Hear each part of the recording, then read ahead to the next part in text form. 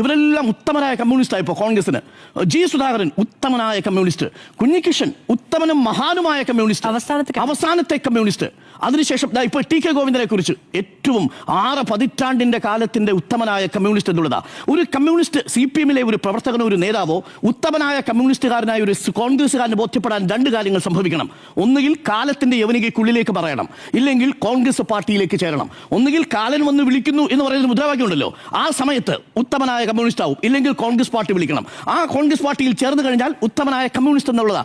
എത്ര മുദ്രാവാക്യങ്ങൾ കേട്ടതാ. ഈ ഗൗരിയമ്മയെ ആദ്യം വിളിച്ച വാക്കെന്താ? എന്തായിരുന്നു ആദ്യത്തെ മുദ്രാവാക്യം? ഗൗരി ചോത്തി പെണ്ണല്ലേ, പുല്ല് പറിക്കാൻ പൊക്കൂടെ എന്ന് വിളിച്ചത് ആരാ?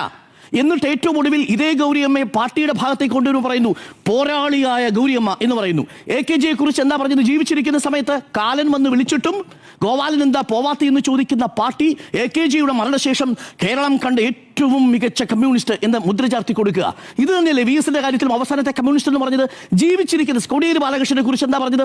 ജീവിച്ചിരിക്കുന്ന സമയത്ത് ഈ പാർട്ടിയിലെ നേതാക്കളെ അധിക്ഷേപിക്കുകയും അതിനുശേഷം പിന്നീട് ഒന്നുകിൽ കാലയവനികയ്ക്കുള്ളിൽ മറയുമ്പോൾ, ഇല്ലെങ്കിൽ കോൺഗ്രസ് പാർട്ടിക്കുള്ളിൽ വരുമ്പോൾ. ഇതാണ് ഇവിടെയും സംഭവിക്കുന്നത്.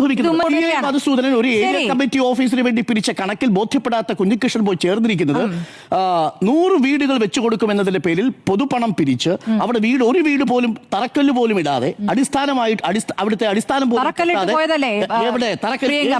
ഏത് വീടിന് തറക്കല്ലിട്ടു? അവിടെ ഒരു ശിലാപലക കൊണ്ടുവച്ചു. ഇപ്പൊ ആ ശിലാപലകവും കാണാനില്ല ആ സ്ഥലത്ത്. അവിടെ ഒരു വീട് പോലും നിർമ്മിച്ചു കൊടുക്കാതെ ആ ആപ്പ് നിർമ്മിക്കുന്നു പറഞ്ഞ ആപ്പും കാണാതിരിക്കുന്ന ഒരു സാഹചര്യത്തിലാണ് ആ പാർട്ടിയുടെ പിന്തുണയാണ് സ്വീകരിക്കുന്നത്. അതിൽ വൈരുദ്ധ്യമുണ്ടെന്ന് ഞാൻ പറഞ്ഞുള്ളൂ.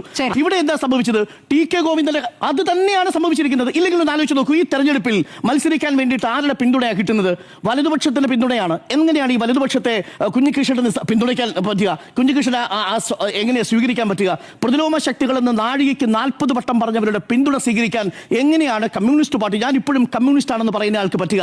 ഇതേ കാര്യം തന്നെയാണ് ആലപ്പുഴയിലും സംഭവിച്ചത്. 7 തവണ MLA ആയതിനു ശേഷം പിന്നീട് വീണ്ടും മത്സരിക്കണമെന്നുള്ള ഒറ്റ ആഗ്രഹമല്ലേ അവിടെ? അതല്ലെങ്കിൽ പിന്നീട് എന്തിനാണ് കോൺഗ്രസിന്റെ പിന്തുണ സ്വീകരിക്കുന്നത്? സ്വന്തം അനുജന്റെ രക്തസാക്ഷിത്വത്തിന്റെ കാര്യത്തിൽ പോലും പ്രതിസ്ഥാനത്ത് നിർത്തിയ പാർട്ടിയുടെ അല്ലെങ്കിൽ ഒരു വിദ്യാർത്ഥി സംഘടനയുടെ പാർട്ടിയുടെ പിന്തുണ സ്വീകരിക്കുമ്പോൾ സ്വാഭാവികമായും ജി സുധാകരൻ അതിന് മറുപടി പറയേണ്ടി വരില്ലേ? അദ്ദേഹം പറഞ്ഞ രാഷ്ട്രീയ പ്രത്യയശാസ്ത്രങ്ങളുമായി ഒരണുപോലും യോജിക്കാത്ത പാർട്ടിയുടെ പിന്തുണ സ്വീകരിക്കുമ്പോൾ അത് രാഷ്ട്രീയമായി വിശദീകരിക്കാനുള്ള ബാധ്യതയില്ലേ? അത് ഗോവിന്ദ മാഷിന് മാത്രം, അത് ടി കെ ഗോവിന്ദന് മാത്രമല്ല ഉള്ളത്, അത് കുഞ്ഞികൃഷ്ണനുണ്ട്, അത് ജി സുധാകരനുണ്ട് എന്നുള്ളതാണ് എന്റെ പക്ഷം.